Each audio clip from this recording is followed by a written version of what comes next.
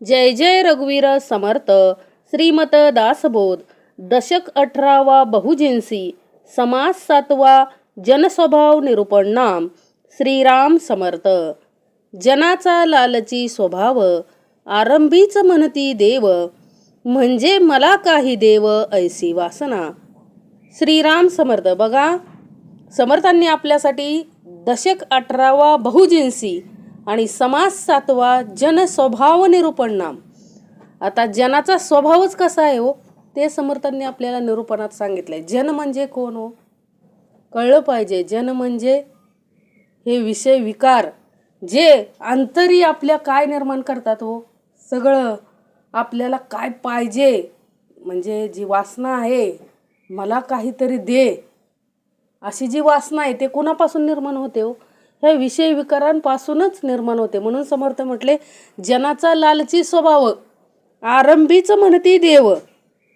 देव म्हणजे काय? देवाजवळ जरी गेलो, 5 रुपयाचा नारळ फोडतोय आणि देवाला काय मागतो, मला IASची नोकरी लागू दे. समर्थ म्हटले, नारळ कितीचा? 5 रुपयाचा. मागणं किती? कितीतरी कोटीचं. समर्थ म्हटले, अंतरी आपण कुठल्याही मंदिरात जातो बघा, आपण कधीतरी निष्काम भावेनं गेलो का हो? निष्काम काहीच नाही बाबा मनामध्ये, आणि देवाला पाया पडायला गेलाय. समर्थ म्हटले, असं होऊ शकत नाही. कारण का हो, त्याचं नावच देव आहे.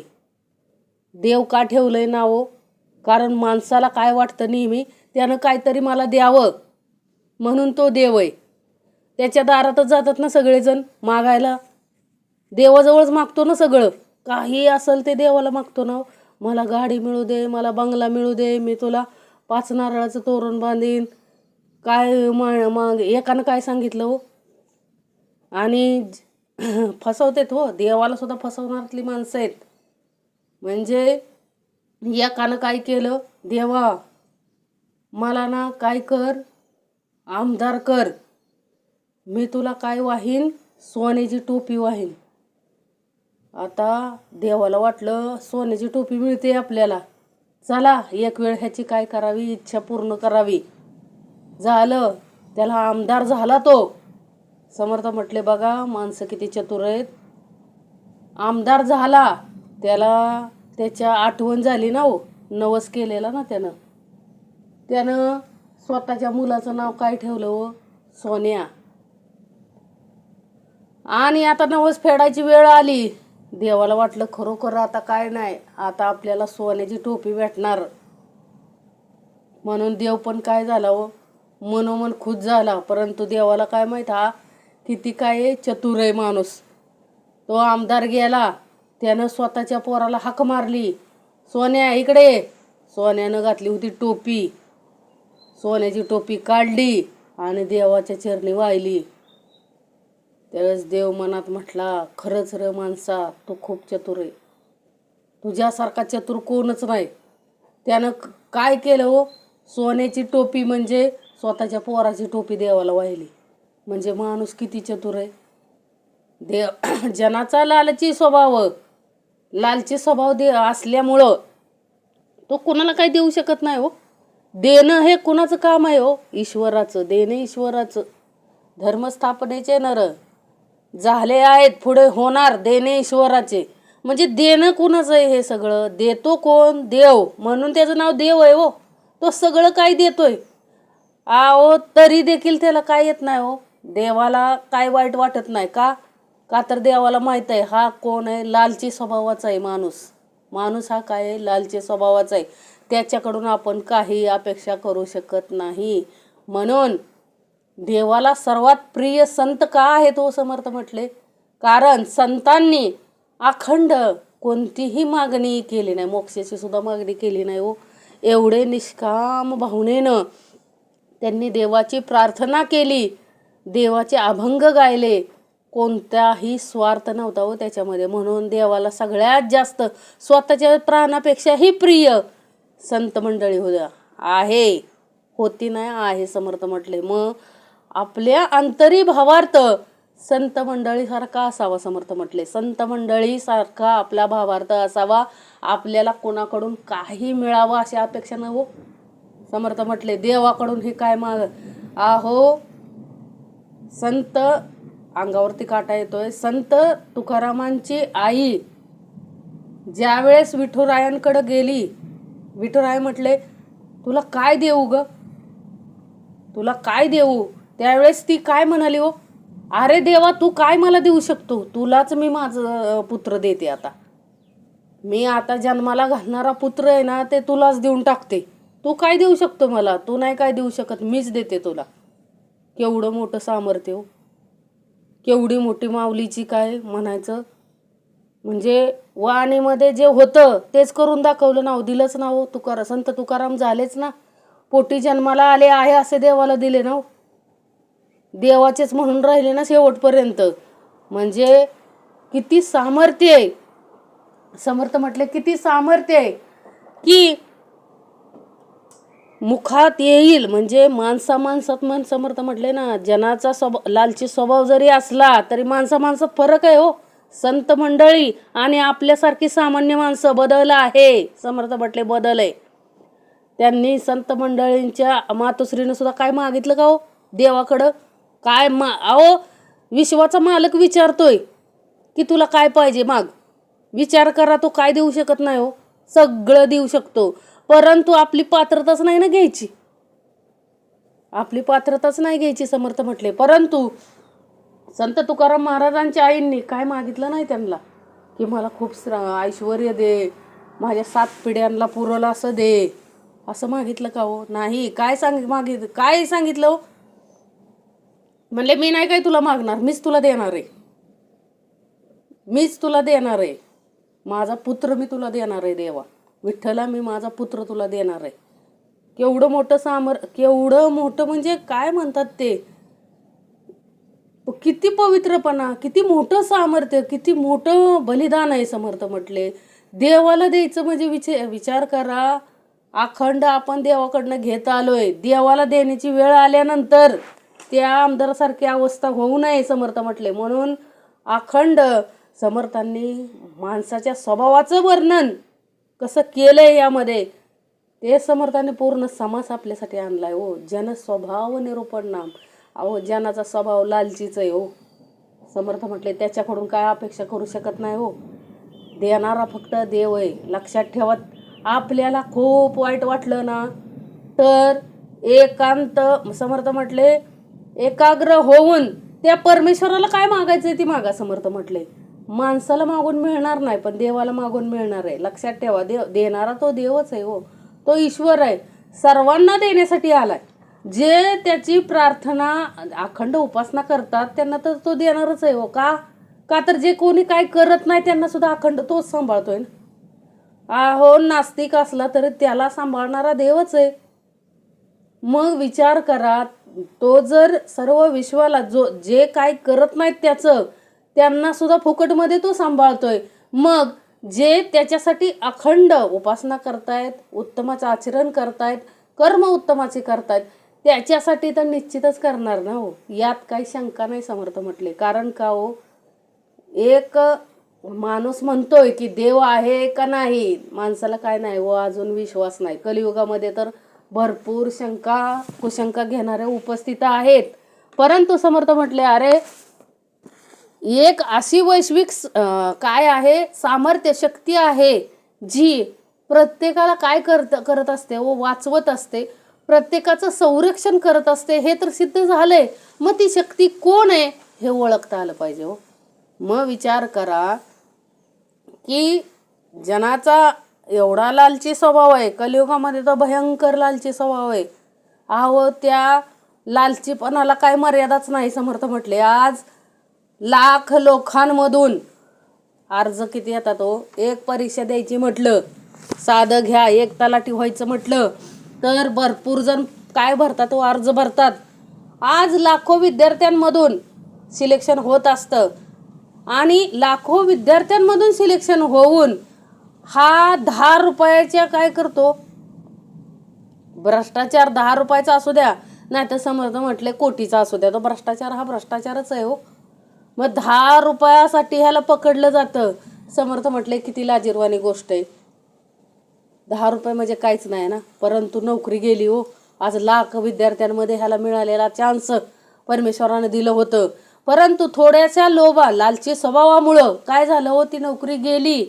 समर्थ म्हटले नोकरी मिळाल्यानंतर अख्ख्या गावातून गुलाला काय काढतात ना, मिरवणूक काढतात. समर्थ म्हटले त्याच व्यक्तीनं जर भ्रष्टाचार केला तर गावातले लोक थुंकतात, लक्षात ठेवा. तोंडावर बोलत नाहीत पण पाठीमागं सगळी काय करतात, निंदा नालस्ती करतात. हे बघा भ्रष्टाचारी, कोणीही व्यवस्थित बोलत नाही. जे लोक सलाम ठोकत होते ना साहेब साहेब म्हणून, ते कुत्रं विचारत नाही. म्हणून समर्थ म्हटले अरे ज्याचा लालची स्वभाव आहे, बरोबर आहे, तरी देखील आपल्याला काय करता आलं पाहिजे हो, या सर्व गोष्टीपासून लांब राहता आलं पाहिजे हो. कारण लालच लोभ हा काय करतो, शून्यत्वास नेऊन पोचवतोय हो. म्हणून नेहमी समर्थ म्हटले कुठलीही काय घेताना, लाच घेताना विचार करायचा हो. विचार केलाच पाहिजे. कारण का हो, चोरी करताना देखील विचार केला पाहिजे. आपल्याला वाटतं मी चोरी करतोय, कुणाला दिसणार नाही. समर्थ म्हटले सापचूक आहे, बघणारा तुझ्या अंतरीच आहे. तुला तर माहित आहे ना तू चोरी केली म्हणून, तुझ्या अंतरी बघणारा देव अंतरीच आहे. तुझी सगळ्या कर्माची म्हणजे नोंद ठेवणारा, तुझ्या प्रत्येक कार्याची नोंद ठेवणारा अंतरीच बसलाय. बाहेर कोणी बघण्याची काय करण्याची काही गरज नाही. समर्थ म्हटले अंतरीच तो बसून सगळं काय लिखाण चालू आहे, अखंड त्याचं काय चालू आहे, लिखाण चालू आहे. म्हणून समर्थ म्हटले प्रत्येक तोंडातून शब्द म्हणजे मुखातून काय आपण वाईट बोलतोय याच्यावरती सुद्धा काय हो, हे सुद्धा कर्मच आहे. समर्थ म्हटले प्रत्येक कर्म आहे. मग कसं कर्म करायचं ते कुणाच्या हातात आहे हो, ज्याच्या त्याच्या हाती आहे कर्तव्याचे माप. समर्थ म्हटले प्रत्येकाच्या हाती कर्म कसं करायचं ते आहे. समर्थ म्हटले तूच आहे तुझ्या जीवनाचा शिल्पकार ना. आपण म्हणजे प्रत्येक जण प्रत्येकाच्या जीवनाचा काय आहे हो, शिल्पकार आहे. म्हणून आपण कसं घडायचं ते आपल्या हातात आहे. समर्थ म्हटले म्हणून अखंड काय करायचंय हो, परमेश्वरासारखं म्हणजे संत मंडळींनी जसं आचरण केलं तसं आचरण आपल्याला करायचंय. श्रीराम समर्थ. जनाचा लालची स्वभाव आरंभीच म्हणती देव, म्हणजे मला काही देव ऐसी वासना. समर्थांना काय सांगायचंय, लोकांचा स्वभाव कसा आहे हो, लोभी आहे, लालची आहे. ते प्रथमच देव म्हणतात तेव्हा मला काही देव, म्हणजे प्रथमच देवा मंदिरात गेलं की त्यांच्या अंतरी काय असतं, मला काहीतरी द्यावं देवानं, अशीच वासना घेऊन ते देवाजवळ गेलेले असतात. लक्षात ठेवा. म्हणून समर्थ म्हटले ते प्रथमच देव म्हणतात तेव्हा मला काही देव, म्हणजे मला काहीतरी द्यावं अशीच वासना काय असते हो, पोटामध्ये आहेच असते. काहीच भक्ती केली नसता आणि इच्छिती प्रसन्नता, जैसे काहीच सेवा न करिता स्वामी समागती. बघा कधी भक्ती करायची नाही, कधी कुठलं कीर्तन ऐकायचं नाही, चांगलं प्रवचन ऐकायचं नाही, कधी कुठल्या मंदिरात पाया पडायला जायचं नाही. आणि ज्या वेळेस रिझल्टची काय असते, समर्थ म्हटले रिझल्ट यायचा असतो त्यावेळेस मंदिरात जाऊन हात जोडायचे, देवा मला पास कर, मी तुला काय वाहीन, नारळ वाहीन, पेढे वाहीन, मला पास कर. देव म्हणेल कधी माझ्याजवळ आला सुद्धा नाही, मला बघितलं पण नाही, मला कधी भजलं नाही, माझी काही भक्ती केली नाही. म्हणजे बघा काही भक्ती न करता काही सेवा कधी केली नाही. जसं की बघा नोकरीला आहे परंतु ज्याच्याकडे नोकरीला आहे ना त्याचं कधीच काही काम केलं नाही, पगार मागायला गेला पगार देईल मालक. थोडक्यात काय समर्थ म्हटले नोकरीला ठेवून घेतलाय बरोबर आहे, पण मालकाचं काहीच काम केलं नाही, कधीच कुठलंच काम मालकाचं केलं नाही. आणि पगाराच्या दिवशी गेलाय, पगार मिळेल का हो, नाही मिळणार. समर्थ म्हटले तसं काहीच भक्ती केली नाही, कधी विचारलं नाही, देवाच्या मंदिरात कधी गेला नाही, देवाला कधी विचारलं नाही, तरी देखील इच्छा काय करायची हो, देवाने माझं सगळं कार्य उत्तमाचं करावं अशी इच्छा करणं चुकीचं आहे ना. समर्थ म्हटले कधी त्याला भजलंच नाही, त्याची कधी भक्ती केली नाही, उपासना केली नाही, आणि नुसतं डायरेक्ट जाऊन देवाला मागायचं की माझं काय होऊ दे, चांगलं होऊ दे, मला काहीतरी दे, असं मागितलं तर देव देईल का हो? समर्थ म्हटले. बघा ज्याचं त्यानं देईल का? नाही देऊ शकत ना हो. जसं की स्वामी एखाद्या मठामध्ये सुद्धा बघा, त्या स्वामींची पूजा अर्चा केली, सेवा केली तर ते काय होणार आहेत हो? तुमच्यावरती प्रसन्न होऊन तुम्हाला काहीतरी देणार आहेत. तसं कुणीही काही देऊ शकत नाही. लक्षात ठेवा. आधी काय करावं लागतं? त्यांचं काहीतरी करावं लागतं, त्यावेळेस काय देत असतात ना. म्हणून समर्थ म्हटले, अखंड काहीच भक्ती केली नसता आणि इच्छिती प्रसन्नता, जैसे काहीच सेवा न करिता स्वामी समागती. कष्टे विन फळ नाही, कष्टे विन राज्य नाही, केल्या विन होत नाही साध्य जनी. काय सांगितलं हो? कष्टे विन फळ नाही, म्हणजे कष्ट केले वाचून फळ मिळत नाही. आणि कष्ट वाचून काहीच मिळत नाही ना हो. कष्ट केले वाचून फळ मिळत नाही. आणि काही केल्या विना होत नाही साध्य जनी. काहीतरी करावं लागतंय हो. जीवनामध्ये काहीतरी करावं लागतंय ना, त्यावेळेस मिळतंय समर्थ म्हटले. कारण काय केले वाचून काही साध्य होत नाही हो. केलं तर मिळणार आहे समर्थ म्हटले. म्हणून कष्ट करता आलं पाहिजे हो. अखंड कष्ट करता आलं पाहिजे. कष्टे विन फळ नाही, कष्टे विन राज्य नाही, केल्या विन होत नाही साध्य जनी. बघा, काहीतरी लोकांची कामं करावी लागतात, त्यावेळेस लोक निवडून देतात हो. म्हणजे समर्थ म्हटले, कष्टे विन राज्य नाही. कष्ट करावं लागतं हो प्रत्येक कार्याला. एखादी गोष्ट मिळवायची, बघा आपण म्हणतो की काय एवढं पद मिळावं, काहीतरी मला पद मिळावं. समर्थ म्हटले, सोपं आहे का पद मिळवणं? त्यासाठी तुम्ही काहीतरी कष्ट करावे लागतात ना. दाखवावं लागतं ना लोकांना. काम मी केलंय बाबा हे दाखवावं लागतं, त्यावेळेस लोक आपल्यावरती विश्वास ठेवतात हो. म्हणून समर्थ म्हटले की कष्टे विन फळ नाही, कष्टे विन राज्य नाही, केल्या विन होत नाही साध्य जनी. करावं लागतंय. अभ्यास केला, अखंड अभ्यास केला तर मार्क मिळणार आहेत उत्तमाची. पहिला नंबर काढायचा आहे.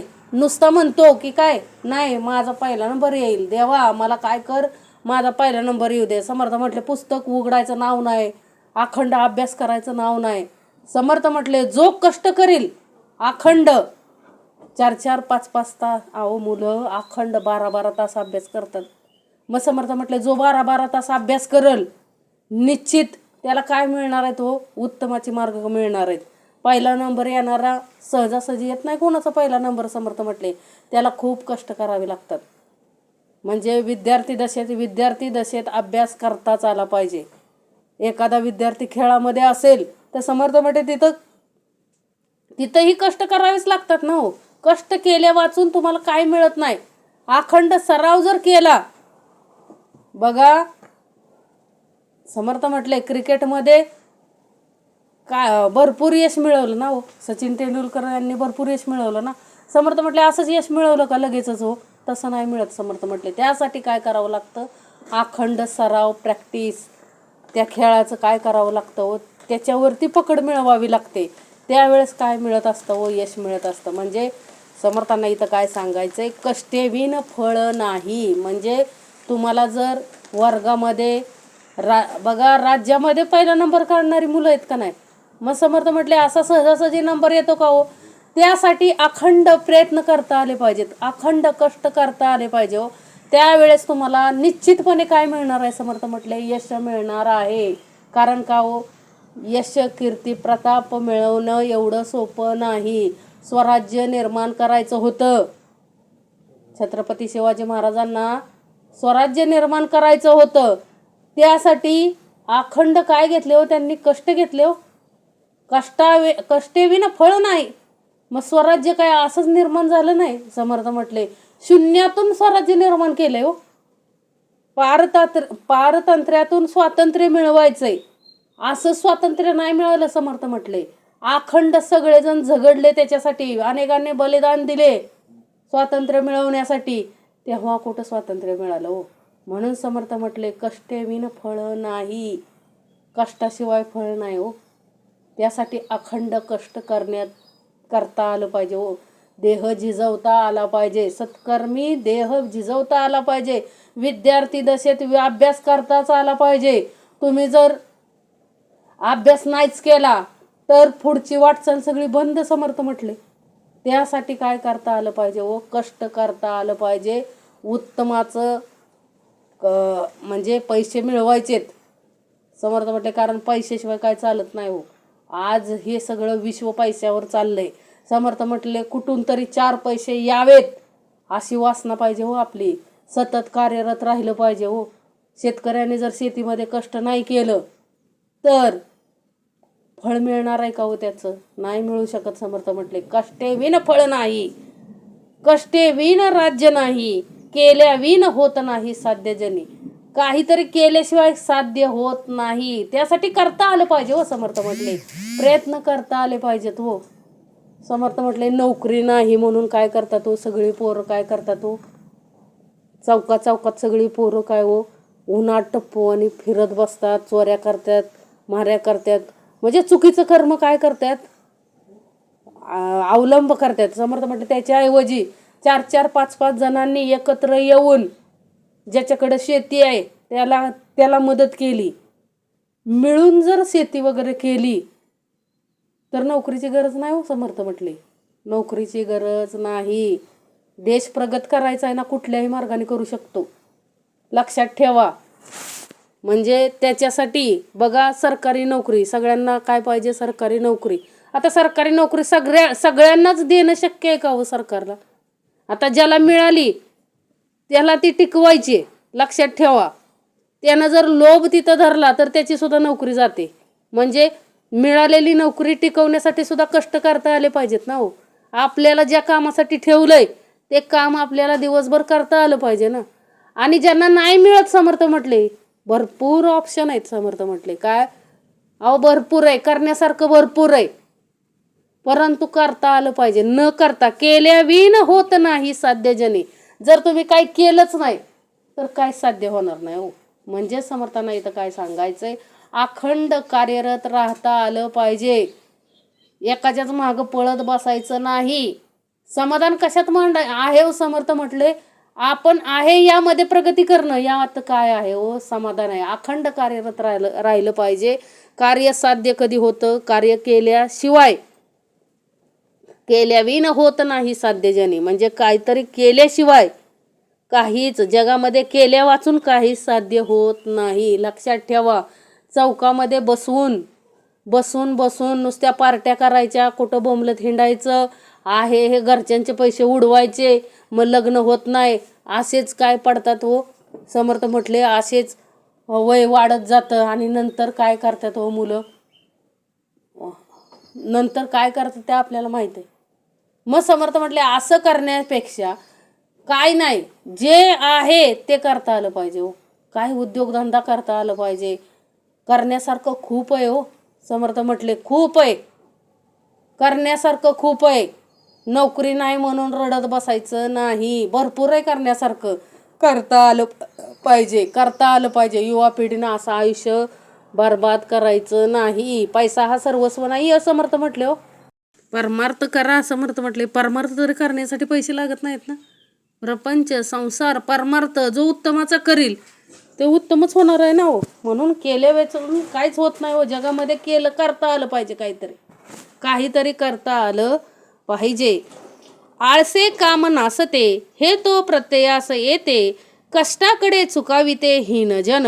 बघा समर्थांना काय सांगायचंय, आळसे काम नासते. आळसानं सगळं कामं बिघडतात. आपण आळस जर केला तर काय होतं हो, सगळं विनाश होतो हो. समर्थ म्हटले म्हणून आळस सोडून द्यायला पाहिजे हो. आळसाने काम बिघडते आणि हा सगळ्याला अनुभव आहे हो.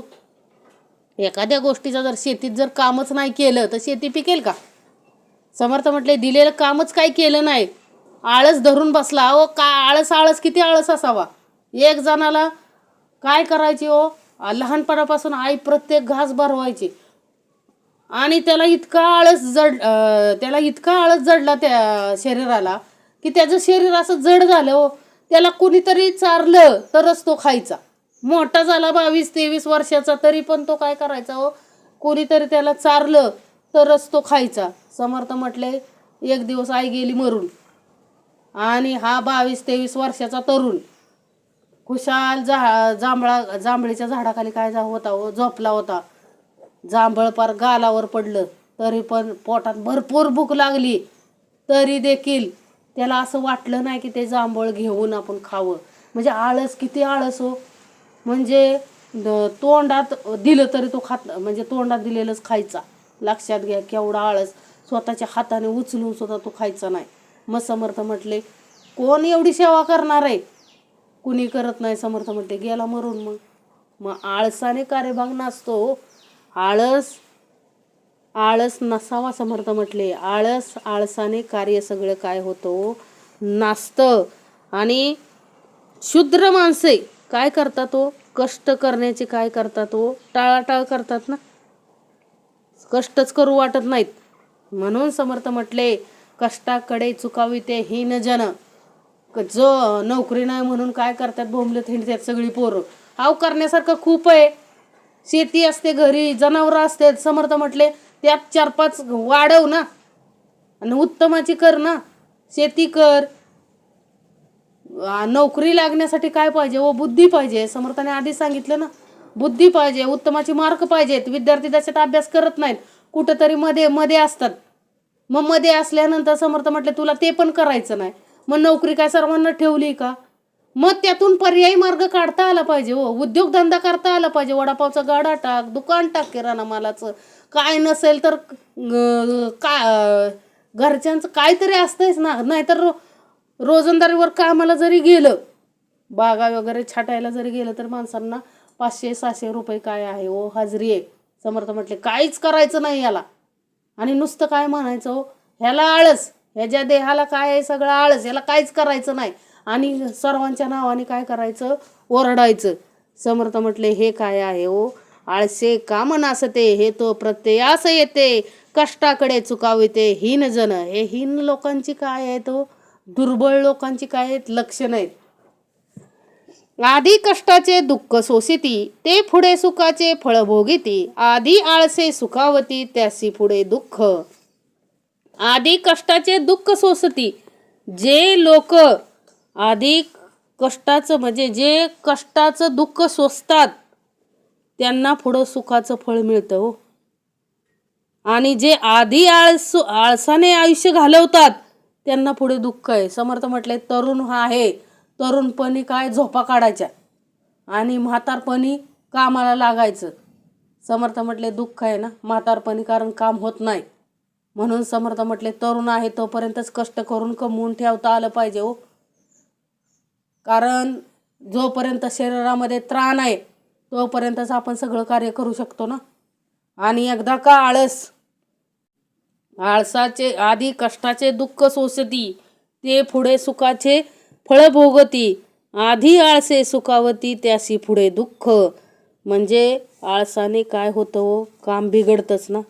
म्हणून समर्थ म्हटले, आधी कष्टाचे दुःख सोसता आलं पाहिजे हो. म्हणजे अगोदर श्रम करण्याचे दुःख सहन करतात, त्यांना पुढं सुखरूपी फळ चाकास मिळतात ना.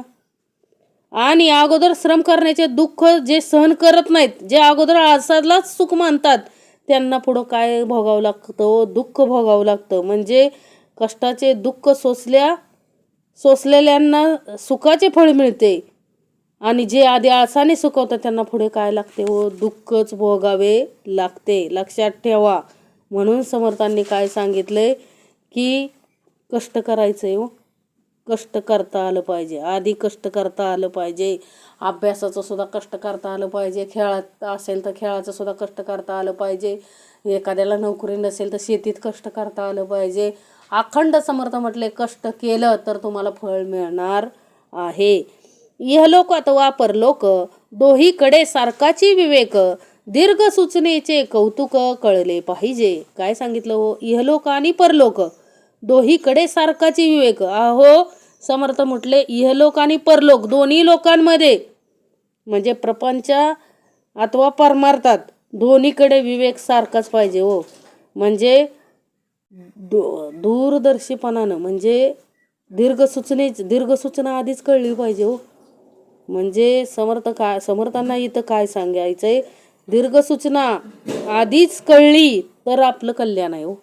म्हणजे हा नियम समर्थ म्हटले फक्त इहलोकात नाही समर्थ म्हटले लागू पडत, परलोकात जाण्यासाठी हा लाव म्हणजे परमार्थात, प्रपंच आणि परमार्थ दोन्हीकडे हा नियम लागू करता आला पाहिजे हो. परमार्थात देखील कष्ट केल्याशिवाय फळ नाही. मोक्ष मिळवायचा आहे. समर्थ म्हटले नुसतं आयुष्य आला भरपूर बाबा नोकरी केली, सर्व्हिस केली, मोठ्या पदावर गेला, भरपूर पैसे कमावले, भरपूर आयुष्य सुखसमाधानात घालवलं म्हणजे समर्थ म्हटले जीवनाचं कल्याण झालं असं नाही. जीवनाचं खरं कल्याण कशात आहे हो? प्रपंच आणि परमार्थ दोन्ही साधता आले पाहिजेत हो. इहलोक आणि परलोक दोन्ही साधले तर आपल्या जीवनाचं सार्थक आहे हो. म्हणून इथं समर्थांनी इथं काय सांगितलंय, इहलोक अथवा परलोक दोहीकडे सारखाची विवेक, दीर्घ सूचनेचे कौतुक कळले पाहिजे. दीर्घ सूचना आधीच कळले पाहिजे, कमी वयातच कळलं पाहिजे हो. परमार्थ आपल्यात काय म्हणतात, म्हातारपणी परमार्थ करायचा असतो. समर्थ म्हटले म्हातारपणी परमार्थ करण्यासाठी कान चांगले पाहिजेत. करू शकत नाही ना हो, म्हातारपणी परमार्थ करू शकत नाही. परमार्थ करण्यासाठी शरीर काय पाहिजे हो, उत्तमाचं पाहिजे. म्हणून तरुणपणीच लहानपणापासून दिलं ना समर्थांनी परमार्थ, सगळं नुसतं विवेकाचं वागणं शिकवायचं जर असेल तर शिकवणारा विवेकी पाहिजे हो. लक्षात ठेवा, त्याच्या विवेकाकडेच जाता आलं पाहिजे. तोच आपल्याला विवेक शिकवू शकतो. अन्यथा कुणाचं सामर्थ्य नाही आपल्याला विवेक शिकवायचं. लक्षात ठेवा, तोच एवढा सामर्थ्यवंत आहे तो परमेश्वर की त्यानं आपल्याला सगळं उत्तमाचं शिकवलंय. म्हणून समर्थ म्हटले दीर्घ सूचनेचे कौतुक कळले पाहिजे. दीर्घ सूचना आधीच कळली पाहिजे की बाबा आपल्याला इहलोक साधायचा आणि परलोक पण साधायचा. म्हणून सांगितलं ना समर्थांनी, इहलोक साधा या कारणे जाणं त्याची संगती धरणे, परलोक साधा या कारणे सद्गुरूच पाहिजे. अहो नुसतं पैसा कमवून म्हणजे गाडी बंगला घेतलं, सगळं ऐश्वर्य मिळवलं म्हणजे सगळं झालं असं नाही. समर्थ म्हटले हे झालं इहलोकातलं समर्थ म्हटले. कारण आपण बघतोय ना हो, एका बीचवर वगैरे जाऊन बघा समर्थ म्हटले काय आहे इहलोक साधेल का? असं कर्म जर केलं आपण, काय कर्म करतात माणसं त्यांनाच कळत नाही हो. काय चाललंय या कलियुगात, लोकांना कशात समाधान मिळतंय ते आपण पाहिलंय. म्हणून समर्थ म्हटले जिथं तिथं विवेक वापरता आला पाहिजे हो. विवेकाशिवाय काही गत्यंतर नाही. इहलोक साधायचा आहे, चांगल्या लोकांची संगत धरता आली पाहिजे हो. चांगलं राहून समाधान मिळवता आलं पाहिजे हो. कारण संत मंडळींनी समाधान कशात मानलं बघितलं ना, काय नव्हतं हो त्यांच्याकडं. काय म्हणजे सगळं होतं, काय नव्हतं असं म्हणू शकत नाही आपण, सगळं होतं. तरी त्यांनी काय केलं हो, असल्या ऐश्वर्याचा सुद्धा त्याग केला ना हो. संत तुकाराम महाराज हे पहिले सगळी कर्जमाफी करणारे संत ठरले हो. काय केलं हो त्यांनी, जे पूर्वजांनी त्यांच्याकडं काय होतं हो, बऱ्याच लोकांच्या जमिनी घाण होत्या, त्यांनी सगळ्यांना माफ केलं हो. ज्याच्या त्याला जमिनी देऊन टाकल्या आणि स्वतःकडं काहीच ठेवलं नाही. बघा, विचार करा, 400 एकर क्षेत्र आज दान करायचंय, त्यासाठी हृदय संत तुकाराम महाराजांचंच पाहिजे. लक्षात ठेवा, नको म्हटले लोकांना कष्टात ठेवून आपलं काय कल्याण होणार आहे. बघा कसा विचार होता अंतरी. म्हणून ते संत ठरले ना हो. सर्वांच्या जमिनी त्यांनी काय केलं हो, सगळ्याची कर्ज माफ केली. म्हणजे घाणवट जमिनी पडलेल्या त्या सगळ्या देऊन टाकल्या. समर्थ म्हटले बघा किती श्रेष्ठ कार्य केलं हो. अनेकाचे हजारो कुटुंब सुखी केली ना हो, हजारो कुटुंब सुखी केली. मग समर्थ म्हटले त्यांचा तळतळाट लागला का हो? तळतळाट नाही, समर्थ म्हटले आशीर्वाद लागला ना. म्हणून इहलोकाची यात्रा सफल झाली ना. म्हणून परलोकाची यात्रा सफल करण्यासाठी स्वतः परमेश्वराला यावं लागलं. लक्षात ठेवा, म्हणजे कोणतंही कार्य सोपं नाही, पण करता आलं पाहिजे हो. समर्थ म्हटले म्हणून इहलोक आणि परलोक इहलोक अथवा परलोक दोहीकडे सारखाची विवेक, दीर्घ सूचनेचे कौतुक कळले पाहिजे. इहलोक आणि परलोक हे कुणाला कळलं हो? फक्त संत तुकाराम महाराजांना कळलं. त्यांनी इहलोकही साधला आणि परलोकही साधला. म्हणून प्रत्येकाला समर्थांनी एवढी जी शिकवण आपल्यासाठी आणली, श्रवण आणलंय, ते कशासाठी आणलंय हो? की आपली इहलोकाची यात्रा संपन्न व्हावी आणि परलोकाची ही यात्रा काय व्हावी, संपन्न व्हावी, अशी जी इच्छा ना हो भगवंताची. किती मोठं कार्य त्या केलं हो. म्हणजे संतांनी जे कार्य, अहो हे उदाहरण आपल्यासाठी का दिले तो समर्थांनी? अखंड स्वतः समर्थ रामदास स्वामींनी सुद्धा काय केला? अखंड त्याग केला ना. व घरात 26-27 गावांची सत्ता त्यांच्या घराकडे होती. ऐश्वर्य काहीच कमी नव्हतं. अन्नधान्य भरपूर, शेती भरपूर, खूप ऐश्वर्य, म्हणजे एखाद्या राजासारखे राहिले असते. परंतु विश्वाच्या कल्याणासाठी, जनाच्या कल्याणासाठी आहे असं सावधान म्हणजे भरल्या मंडपातून काय झाले हो? निघून गेले ना. कारण त्यांना कळलं की मी हा जर संसार निवडला तर अनेकाचे संसार काय होतील हो? म्हणजे अनेक जण कशात अडकतील? इहलोकातच अडकतील. म्हणून इहलोक साधण्यासाठी सर्वांना इहलोक साधता यावा म्हणून हा श्रीमद दासबोध ग्रंथ लिहून ठेवला हो. लक्षात ठेवा, आपल्यासाठी लिखाण करून ठेवलंय. अहो एवढं लिखाण आहे. समर्थ म्हटले एक समाज जर वाचला, ज्याला कोणाला लय डाऊट आहे का नाही त्यांच्यावरती, समर्थ म्हटले त्यात एक समाज वाचून बघा, कळेल की बाबा ते किती ज्ञानी होते, काय होते ते त्यांनी लिहून ठेवलंय. अहो त्यांनी 400 वर्षापूर्वी 500 वर्षापूर्वी जे लिहून ठेवलंय ते आपल्याला आता लागू पडतंय. विचार करा केवढी दूरदृष्टी होती ना. म्हणून दीर्घ सूचनेचे कौतुक कळले पाहिजे. त्यांना माहीत होतं की जनता काय होणार आहे हो, ह्या युगामध्ये भरकटली जाणार आहे. म्हणून हा दासबोध ग्रंथ लिहून ठेवलाय आपल्यासाठी. कसं वागावं, काय करावं, कसा सावधपणा राहावा, आपला लालची स्वभाव कसा सोडवावा, आळस कसा सोडवावा, किती उत्तमाचं शिकवण दिली हो. अशी शिकवण देणारं कलियुगात कुणीच नाही. स्वतःचे आईबाप सुद्धा मुलांना चांगलं शिकवू शकत नाही. एवढी चांगली शिकवण या दासबोध ग्रंथामध्ये दिलेली आहे हो. अखंड किती उपकार आहेत त्यांचे आपल्यावरती. आपण त्यांचं ऋण फेडूच शकत नाही. आपण जर इहलोक साधला, परलोक साधला तर त्यांच्या अंतरीच्या अंतरात्म्याला काय होणार आहे? समाधान होणार आहे का? कारण आपण जे कार्य केलंय ते कार्य काय गेलं? सिद्धीच गेलं. याचं समाधान त्यांना होणार आहे हो. लक्षात ठेवा. म्हणून प्रत्येकानं काय करता आलं पाहिजे हो? इहलोक साधायचा आहे आणि परलोकही साधायचा आहे. विवेकानं, समर्थ म्हटले दीर्घ सूचना कळली पाहिजे हो. आधीच कळलं पाहिजे आपल्या जीवनाचं हित कशामध्ये आहे, तर इहलोक साधून आपल्याला परलोक साधायचा आहे. यामध्येच आपलं खरं हित आहे हो. मग तुम्ही काय कमवलं, यामध्ये किती कमवलं, कुठल्या पदावर गेला, काही महत्त्व राखत नाही. समर्थ म्हटले तुम्ही कशा पद्धतीनं तुमचं जीवन जगलात, विवेकानं कशा पद्धतीनं, आळसाने जगायचं नाही, कष्ट करून जगायचंय. समर्थांची कष्टावरती जास्त काय निष्ठा आहे. समर्थांनी सांगितलंय काय? कष्ट करता आले पाहिजेत, कष्टाविनं राहूच नये. कष्ट नाही केले तर तुम्हाला फळ मिळणार नाही. म्हणून समर्थांनी दीर्घ सूचना आधीच सांगितली ना की कष्ट करता आले पाहिजेत. मिळविती ती तुके भक्षिती, ते कठीण काळी मरोन जाती, दीर्घ सूचनेने वर्तती तेची भले. मिळवती ती तुके भक्षिती. समर्थ म्हटले जेवढं मिळवलंय तेवढं खात बसायचं. म्हणजे जेवढे मिळवतात तेवढे जेव्हाचे तेव्हाच खाऊन टाकतात ते लोक काय होतात तो कठीण प्रसंगी मरून जातात. म्हणजे त्यांना मरायची वेळ येते. म्हणून दूरवर विचार करून जे वागतात तेच शहाणे होय. लक्षात ठेवा, दूरवर विचार करता आला पाहिजे. आधी काय करता आलं पाहिजे? समर्थ म्हटले आपल्याला दीर्घ सूचनेने वागता आलं पाहिजे. जेवढं मिळवल तेवढं खात बसायचं नाही. ते काय करायचं आहे? कठीण काळामध्ये साठवून ठेवायचंय. तेच लोक काय होणार आहे? त्यांचंच कल्याण होणार आहे. इहलोकीचा संचितार्थ, परलोकीचा परमार्थ, संचिते विन व्यर्थ जीत मेले. इहलोकीचा संचितार्थ बघा, इहलोकीचा म्हणजे समर्थांना इथं काय सांगायचंय? इहलोकासाठी धनधान्यादी संचय पाहिजे. बघा, इहलोकात जगायचंय, जीवन जगायचंय, तर इथं काय पाहिजे हो? धनधान्य याचा काय पाहिजे? संचय पाहिजे. आणि परलोकासाठी काय केलं पाहिजे हो? परमार्थ जोडला पाहिजे. लक्षात ठेवा. म्हणजे संचिता वाचून, इहलोकासाठी संग्रह असल्या वाचून आणि परलोकासाठी पूर्व पुण्याचा साठा असल्याशिवाय जीवन सगळं काय आहे हो? व्यर्थ आहे. म्हणजे मनुष्य जिवंत असून मेल्यासारखाच ना.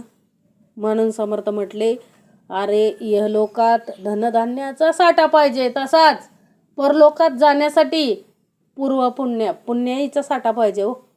म्हणजे हे दोन्ही साधायचंय आपल्याला. इहलोकही साधायचं आहे आणि परलोकही साधायचं आहे. मग दोन्ही साधायचेत म्हणून आपल्याकडे विवेक पाहिजे. बाबा इहलोक साधायसाठी म्हणजे इहलोकात जीवन जगण्यासाठी आपल्याला काय पाहिजे हो? आपल्याकडं धनधान्य म्हणजे भरपूर पाहिजे, तर आपण इहलोकात व्यवस्थित जीवन जगू शकतो. आणि परलोकाची वाट आपल्याला पकडायची तर परमार्थ पाहिजे, पूर्वसंचित पाहिजे, विवेक पाहिजे, सगळं पाहिजे हो. म्हणजे सोपं नाही समर्थ म्हटले. नाहीतर आला आला आणि गेला. समर्थ म्हटले काय नाही, नुसतं धनसंचय केला आणि नुसतं काय केलं हो, वाईट कर्म करून मेला. मस्त राजा होता, परंतु कर्मदरिद्री राजा, भयंकर कर्म वाईट केली. अखंड काय केले हो, स्त्रियांना वगैरे त्रास दिला राज्यातील. समर्थ म्हटले उपयोग नाही, तुला नरकातच जागा मिळणार. तुला काय मिळणार? नरकातच जागा मिळणार. तेच जर तू इहलोकामध्ये उत्तमाचा राजा म्हणून काय केलं, आचरण केलं, उत्तमाचा राजा म्हणून नावारूपास आला, तर परलोकातही त्याच्या पूर्वपुण्यावर काय होणार आहे व त्याला परलोकही साधणार आहे ना. म्हणून समर्थ म्हटले इहलोक आणि परलोक दोन्हीमध्ये काय, इहलोकीचा संचितार्थ, परलोकीचा परमार्थ.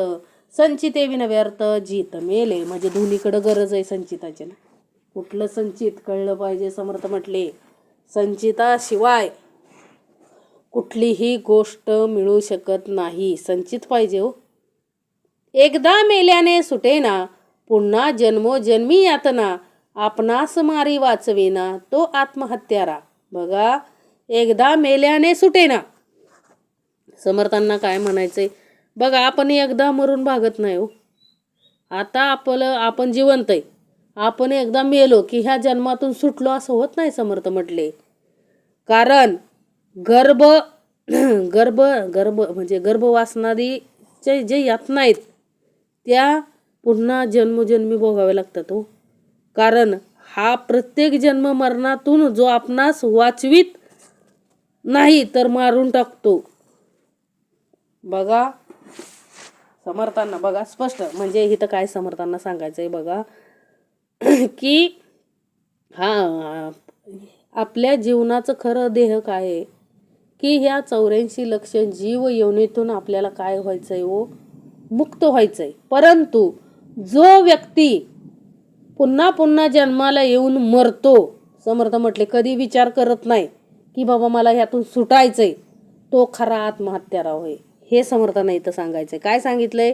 एकदा मेल्याने सुटेना, पुन्हा जन्मोजन्मी यातना, आपणास मारी वाचविना तो आत्महत्यारा. म्हणजे स्वतःला वाचवता आलं पाहिजे हो. कशातून? या जन्म मरणाच्या फेऱ्यातून स्वतःला वाचवता आलं पाहिजे. जो स्वतःला या जन्म मरणाच्या फेऱ्यातून वाचवू शकत नाही किंवा वाचवण्याचा प्रयत्न करत नाही, तो खरा आत्महत्यारा. समर्थांनी सांगितलं की तो खरा आत्महत्यारा आहे हो. या जन्म मृत्यूच्या फेऱ्यातून प्रत्येकाला सुटताच आलं पाहिजे हो. कारण त्याशिवाय गत्यंतर नाही. समर्थ म्हटले जन्म मरण्याच्या फेऱ्यातून सुटता आलं पाहिजे. कारण पुन्हा जन्म, पुन्हा मरण, पुन्हा जन्म, पुन्हा मरण, ह्या जन्म यातना विचार करा ना. ज्या मातेच्या पोटी आपण जन्म घेतो त्या मातेला किती यातना सहन कराव्या लागतात आपला जन्म होताना. मग लक्षात घ्या, असा यातना जन्मोजन्मी आपण प्रत्येकाला देत राहणार. आणि बाळाला पण यातना नाही का हो? 9 महिने 9 दिवस त्या गर्भामध्ये राहायचंय.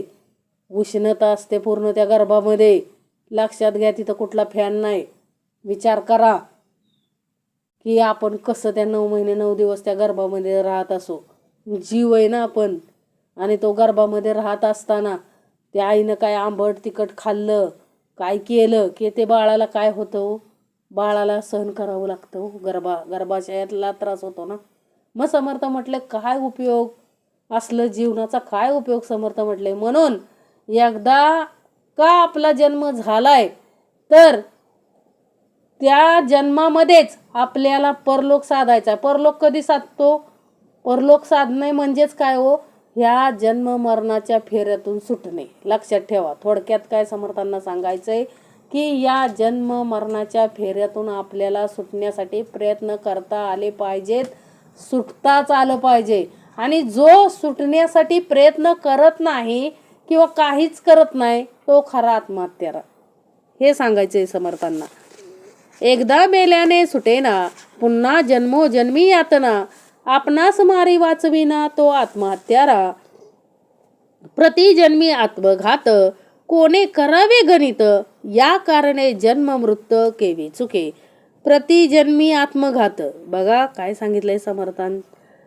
दर प्रत्येक जन्मात हा असा आत्मघात होत आला आहे किंवा होईल, ह्याची मोजदाद कोणाला करता येईल.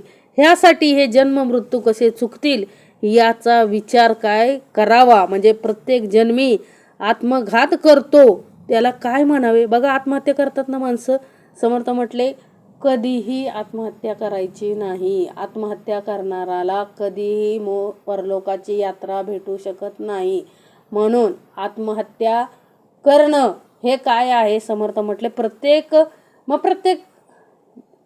प्रत्येक जो आपण जन्म घेतो प्रत्येक जन्मामध्ये काय करावे लागते हो, आत्महत्याच करावी लागते. म्हणून आणि त्यातून सुटकाच मिळत नाही.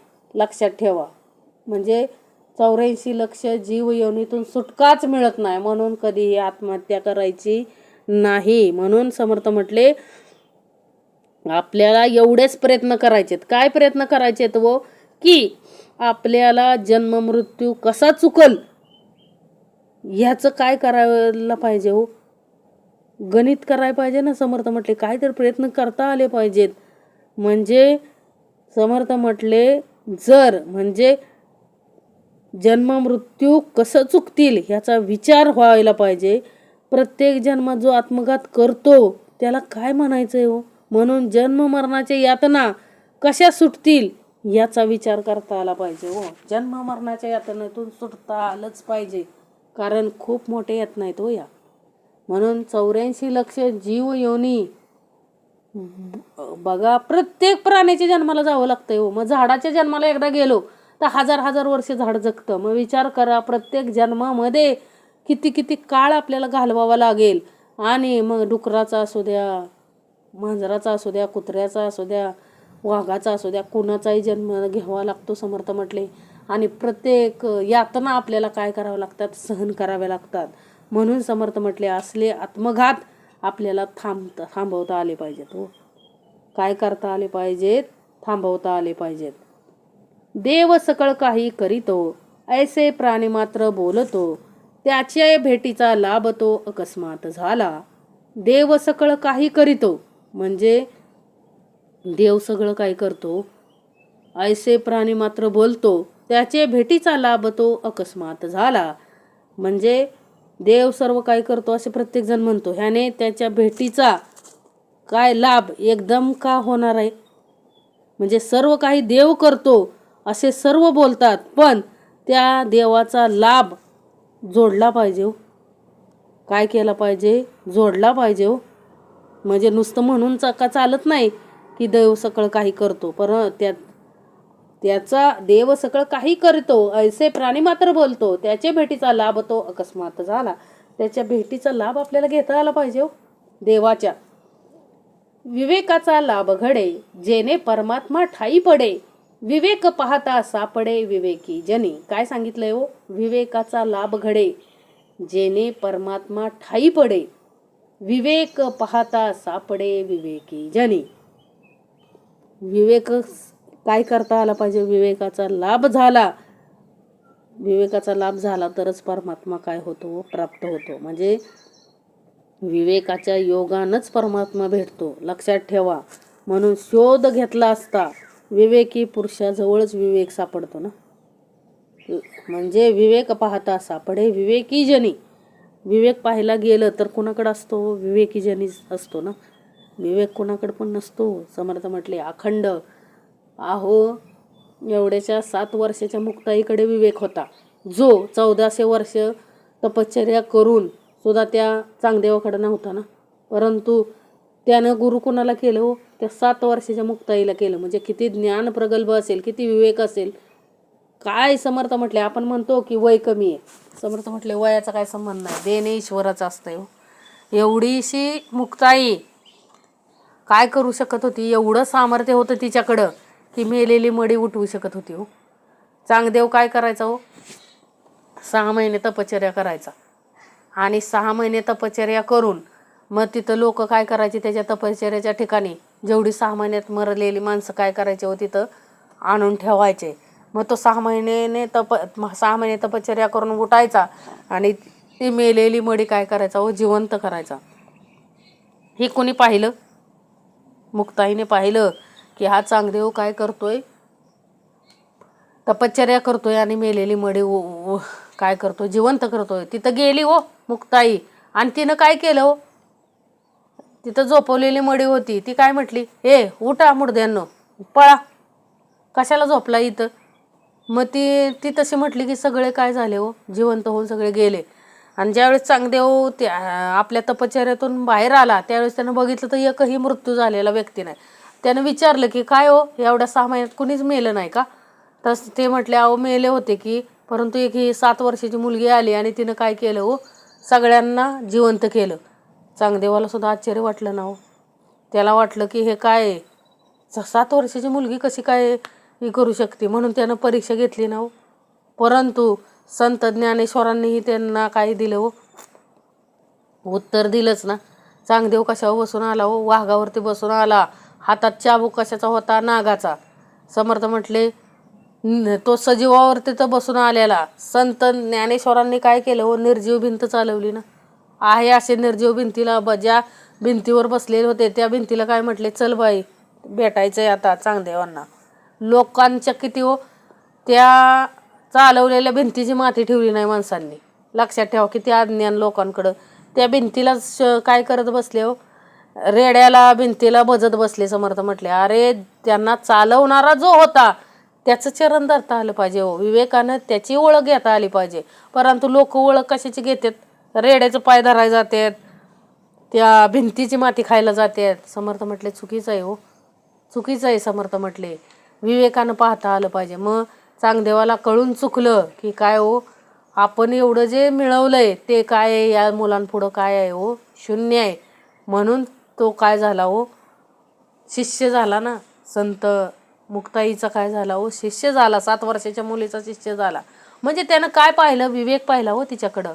म्हणून विवेकानं कार्य करता आलं पाहिजे. विवेक हा विवेकी लोकांकडेच मिळतो. ज्याचा आहे तो विवेक सद्गुरू परंपरेचाच आहे व विवेक, त्यांच्याकडेच तो आपल्याला मिळणार आहे. म्हणून त्यांनाच आपल्याला शरण जाता आलं पाहिजे. त्यांच्याकडेच आपल्याला आपण शिकू शकतो. इतरांचं काम नाही म्हणले समर्थ की काय आपल्याला शिकवायचं, ते इतरांचं काम नाही. फक्त ज्यांच्याकडं विवेक आहे तोच विवेक शिकवू शकतात, अन्यथा दुसरे कोणी शिकवू शकत नाही. म्हणून सांगितलं ना की विवेकाचा लाभ घडे जेणे परमात्मा ठाई पडे, विवेक पाहता सापडे विवेकी जने.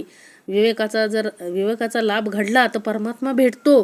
परंतु हा विवेक भेटण्यासाठी आपल्याला विवेकी लोकांकडे जाता आलं पाहिजे. कारण विवेकी लोकांकडेच विवेक असतो आणि परमात्माला भेटायचं मार्ग पण त्यांच्याकडेच आहे हो. म्हणून विवेकी लोकांना आपल्याला भेटता आलं पाहिजे, त्यांच्याशी आपल्याला हितगुज करता आलं पाहिजे व स्वतःचं हित साधता आलं पाहिजे. देव पाहता आहे एक परंतु करीतो अनेक, त्या अनेकास एक म्हणू नये की. देव पाहता आहे एक. समर्थ म्हटले पाहायला गेलं तर देव काय आहे हो, एक आहे ना. म्हणजे देव एक आहे पण तो अनेक देवता काय करतो, उत्पन्न करतो. त्या अनेकांचा एक मुख्य देव म्हणू नये. देव आहे एक व त्या एकापासून अनेक होतात, पण अनेक म्हणजेच एक नव्हे असा काय झाला पाहिजे, ओळखला पाहिजे हो. म्हणून समर्थ म्हटले की देव पाहता आहे एक परंतु करीतो अनेक, त्या अनेकास एक म्हणू नये की. देव आपल्याला एकच आहे हो, सगळीकडे देव एक आहे. परंतु आपण जे अनेक केलेले करून ठेवलेले आहेत ते काय हो, त्यांना आपण अनेक म्हणू नये. समर्थांना काय म्हणायचं की सगळा परमेश्वर एकच आहे, आपल्याला एकच म्हणता आलं पाहिजे हो. कारण कसं हो, देव एक आहे पण तो अनेक देवदेवता उत्पन्न करतो. तो त्या अनेकांचा एक मुख्य देव म्हणू नये. म्हणजे देव आहे एक व त्या एकापासून अनेक होतात, पण अनेक म्हणजेच एक नव्हे असं ओळखलं पाहिजे. म्हणजे मुख्य देवाला काय केलं पाहिजे, ओळखताच आलं पाहिजे हो. मुख्य देव का नाही हो, अंतरीचा अंतरात्मा, त्याची ओळख घेताच आली पाहिजे का. कारण का हो, त्याच्यामुळंच आपल्याला इहलोक पण साधणार आहे आणि परलोक पण साधणार आहे. कारण का हो, अंतरीचा अंतरात्मा आहे तोपर्यंतच आपण ही सर्व कार्य करू शकतो. देहामध्ये आहेत म्हणून आपण परमार्थ करू शकतोय, प्रपंच करू शकतोय. प्रपंच जर नसेल, म्हणजे लक्षात ठेवा, प्रपंच जर करायचाच नसेल तर काय उपयोग आहे. समर्थ म्हटले म्हणजे देहामध्ये आत्मा नसेल तर आपण प्रपंचही करू शकत नाही, परमार्थ करू शकत नाही. बघा, भला मोठा बंगला बांधलाय, भली मोठी गाडी घेतली, सगळं आहे, आणि देहामध्ये आत्माच नाही, भोगू शकतो ऐश्वर?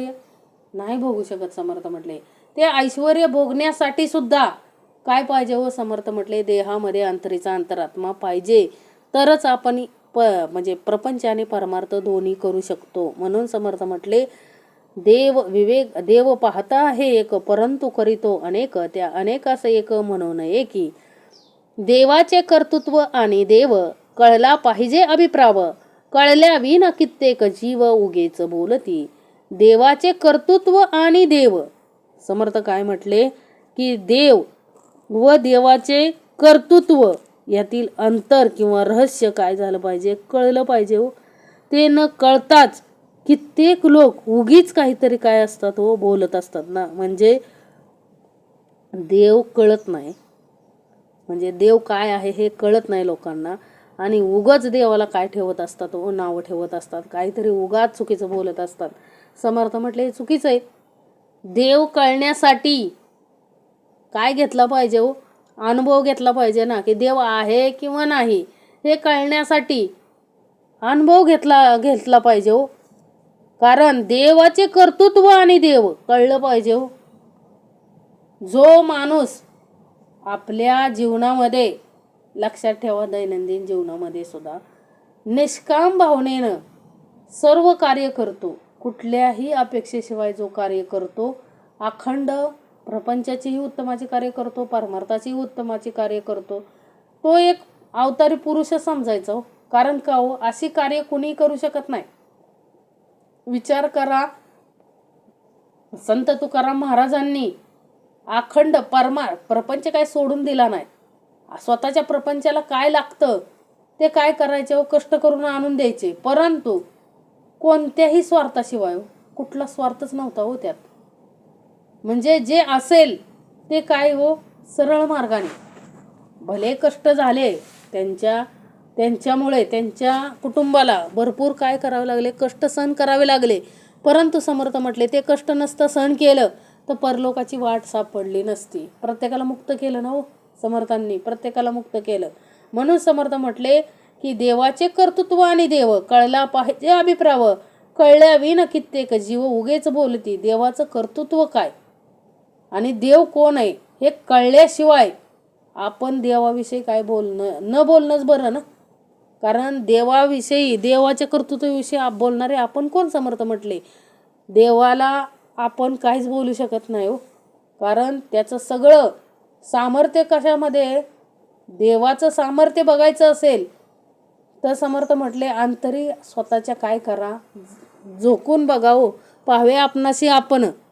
कारण देव आणि देवाचे कर्तृत्व आपण पाहिल्याशिवाय त्याच्याविषयी काहीच बोलू शकत नाही हो, नाव ठेवू शकत नाही देवाला आपण नावं ठेवू शकत नाही, तेवढा अधिकार नाही आपला.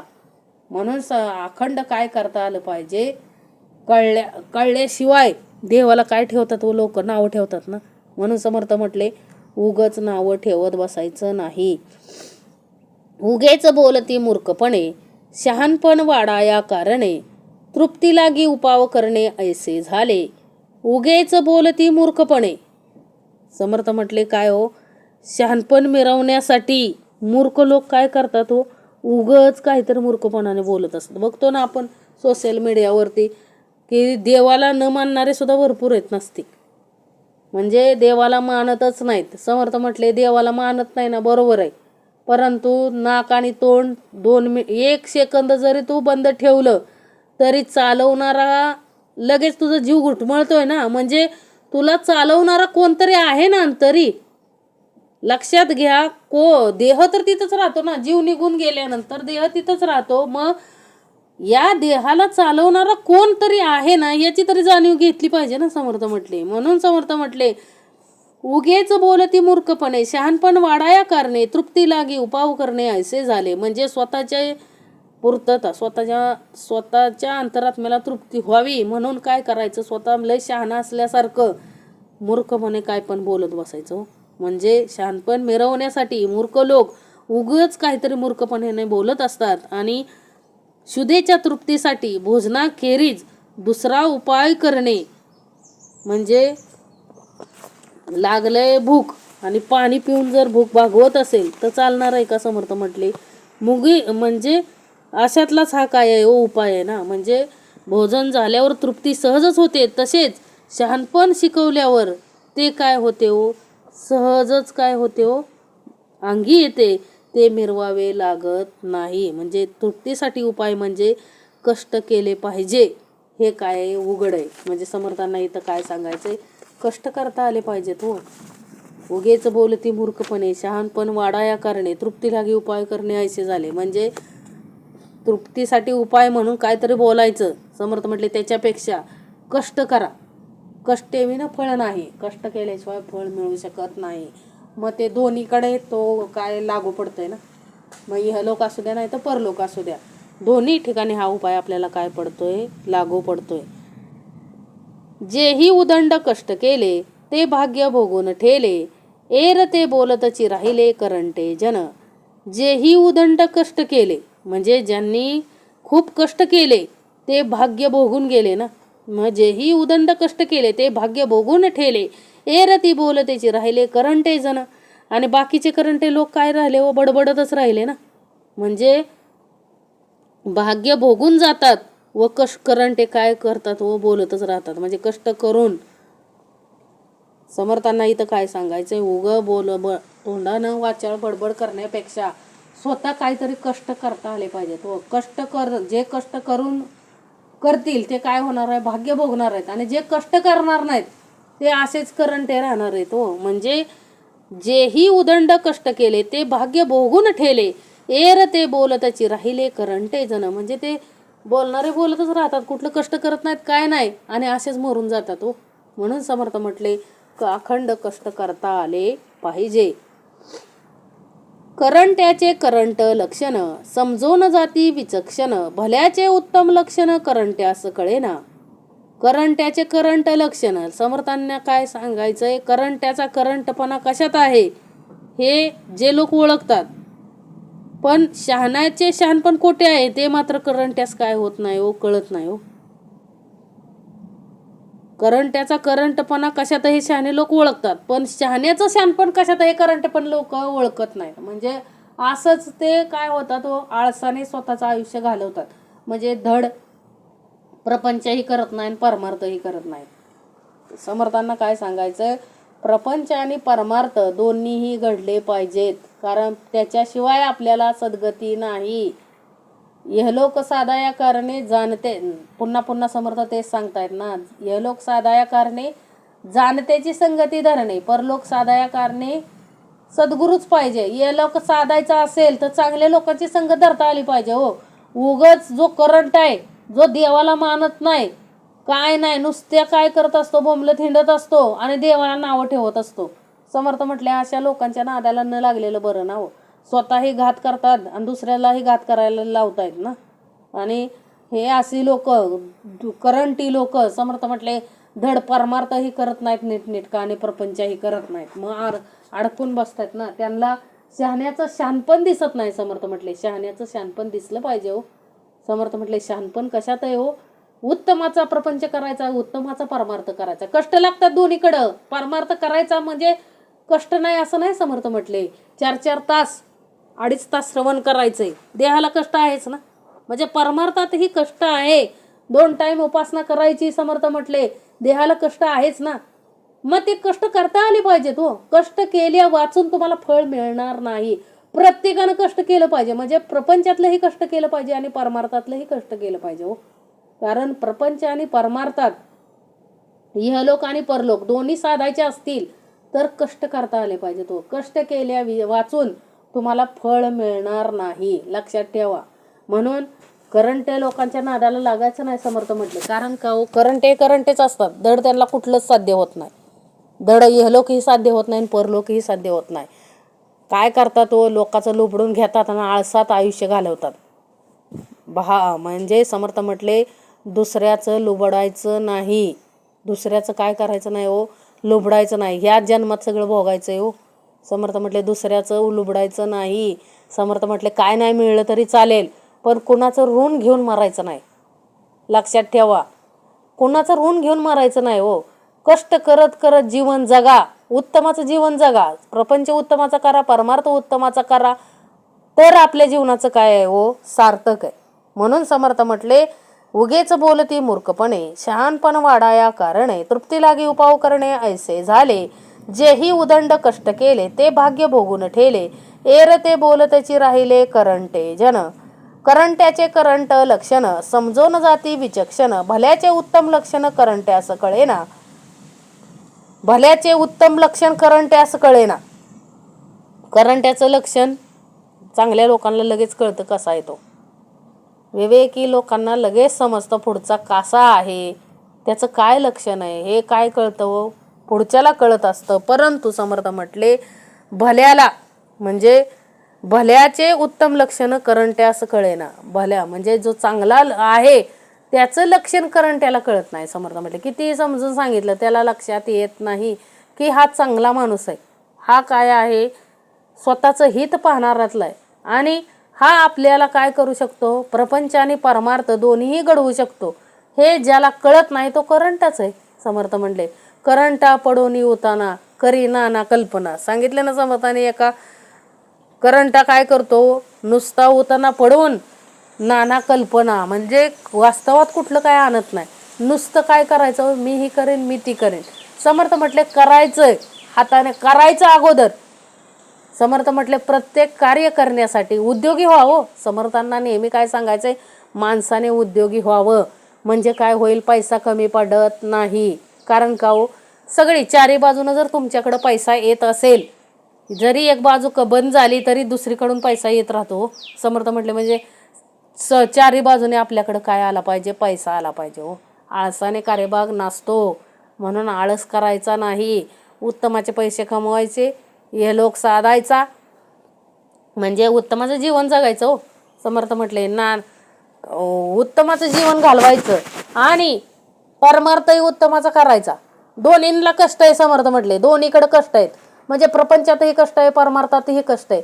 दोन्हीकडचं कष्ट जो झेलतो तोच काय आहे हो, उत्तम लक्षण पुरुष आहे ना. म्हणजे तोच खरा उत्तम पुरुष आहे, जो दोन्हीकडची काय होतो, कष्ट भोगतो. म्हणून दोन्हीकडचे कष्ट करून आपल्याला काय करायचं आहे हो, दोन्ही साधायचं. इहलोक साधायचं आणि परलोकही साधायचं. यासाठी कष्ट आहेत आणि कष्ट करायचे. तेवढी पात्रता आपली काय करायची हो, कष्ट करण्याची निर्माण करायची. यातच आपल्या सद्गुरूंना समाधान आहे, लक्षात ठेवा. आपण जेवढे कष्ट करू तेवढे समर्थांना समाधान आहे हो. म्हणून आळसात कार्यभाग घालवायचा नाही, आळसात शरीर झिजवायचं नाही. अखंड कष्ट करता आले पाहिजेत. त्याची पैसावली कुबुद्धी, ते कैची असेल शुद्धी.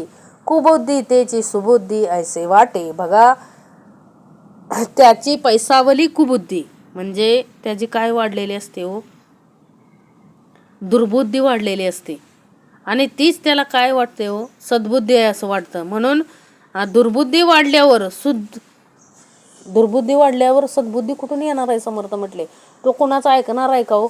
त्याला काय वाटणार, मी म्हणजेच खरं. त्याची काय वाढलेली असते. रावणाला काय वाटत होतं, मी जे काय सगळं करतोय ते बरोबर आहे, हे सतमार्गाने चाललेलं आहे. परंतु ते सतमार्ग होतं का, देवाची बायको पळवून आणायचे, हे सतमार्ग ही कुबुद्धी आहे. समर्थ म्हटले परंतु दुर्बुद्धी कुबुद्धी आहे. समर्थ म्हटले परंतु त्याला ती सद्बुद्धी वाटत होती ना. त्याला ते कळलंच नाही की आपण हे केलेलं कार्य चुकीचं आहे. त्याला वाटायचं मी करतो हे सगळं खरं आहे. म्हणजे समर्थ म्हटले हे काय आहे हो, चुकीचं आहे ना. म्हणून समर्थ म्हटले की त्याची पैसावली कुबुद्धी ते कैची असेल शुद्धी, कुबुद्धी त्याची सुबुद्धी ऐसी वाटे. तसंच झालं ना, ह्यांच्या बाबतीत पण तसंच झालं ना. कौरवांच्या बाबतीतही तसंच झालं.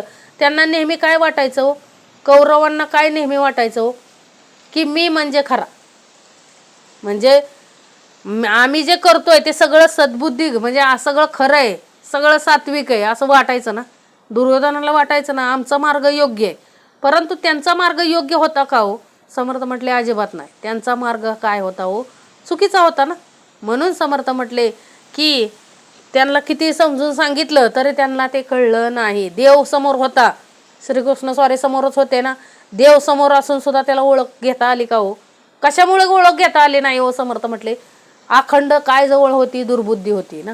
मग दुर्बुद्धी कुबुद्धी असेल त्याला सद्बुद्धी येऊ शकत नाही ना, आणि कळू पण शकत नाही, आणि तो ओळखही घेऊ शकत नाही हो. परमेश्वराची ओळख घेतली का, अखंड त्याच्या जवळ परमेश्वर होता तरी देखील तो ओळख घेऊ शकला नाही. कशामुळं? स्वतःच्या करंट लक्षणामुळं. लक्षात ठेवा. म्हणून करंट लक्षण सोडून परमेश्वराची ओळख घेता आली पाहिजे आणि प्रपंच आणि परमार्थ साधता आला पाहिजे.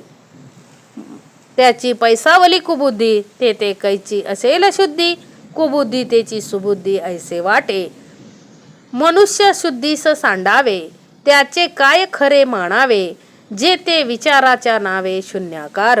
मनुष्य शुद्धीस सांडावे म्हणजे समर्थांना इथं काय सांगायचंय की ज्या मनुष्याची शुद्धी गेली, ज्याच्या ठिकाणी विचाराच्या नावाने काय घेतलंय हो, सगळं दुर्बुद्धीच घेतली, त्याचे काय खरे मानायचे हो. म्हणजे नावाने, म्हणजे ज्याच्या ठिकाणी विचाराच्या नावाने पूज्य, त्याचे काय खरे मानावे. म्हणजे समर्थाने इथं काय सांगायचंय, त्याची काय वाढलेली असते हो, दुर्बुद्धीच वाढलेली असते. ज्या मनुष्याची काय वाढलेली असते, विचाराने. ज्या मनुष्याची शुद्धी गेली, ज्याच्या ठिकाणी विचाराच्या नावाने पूज्य, त्याचे काय खरे मानावे. काय खरं मानायचं होतं? ज्याच्याकडं मनुष्य शुद्धीस सांडावे त्याचे काय खरे मानावे, जे ते विचाराच्या नावे शून्यकार. जिथं विचारच नाही, विवेकच नाही, त्याचं काय खरं मानायचं हो? काहीच खरं मानू शकत नाही ना. समर्थ म्हटले कारण ज्याच्याकडं विचार करण्याची क्षमताच संपली, यहलोक आणि परलोकाची ओळख तो कशी घेणार आहे? घेऊ शकत नाही हो. सगळं दुर्बुद्धीनं शरीर भरलेलं आहे, म्हणजे त्याला पाप करण्याशिवाय दुसरं काही सुचतच नाही. अशा लोकांना उत्तमाची शिकवण देऊन तर काय उपयोग? समर्थ म्हटले बदल होणार आहे का हो? म्हणून समर्थ म्हटले अशा लोकांच्यावर कसा विश्वास ठेवायचा? विश्वास ठेवू शकत नाही हो आपण. कारण मनुष्य शुद्धीस सांडावे त्याचे काय खरे मानावे, जे ते विचाराच्या नावे शून्याकार. जिथं विचारच नाही, सगळं शून्य आहे. विचार शून्य माणसाचं काय खरं आहे हो? ज्याच्याकडे विचार आहे तो हे लोक जरा विचार करेल समर्थ म्हटले, परंतु ज्याच्या ठिकाणी विचारच नाही तो विचार शून्य ना. विचारे इहलोक परलोक, विचारे होतसे सार्थक, विचारे नित्य विवेक पाहिला पाहिजे.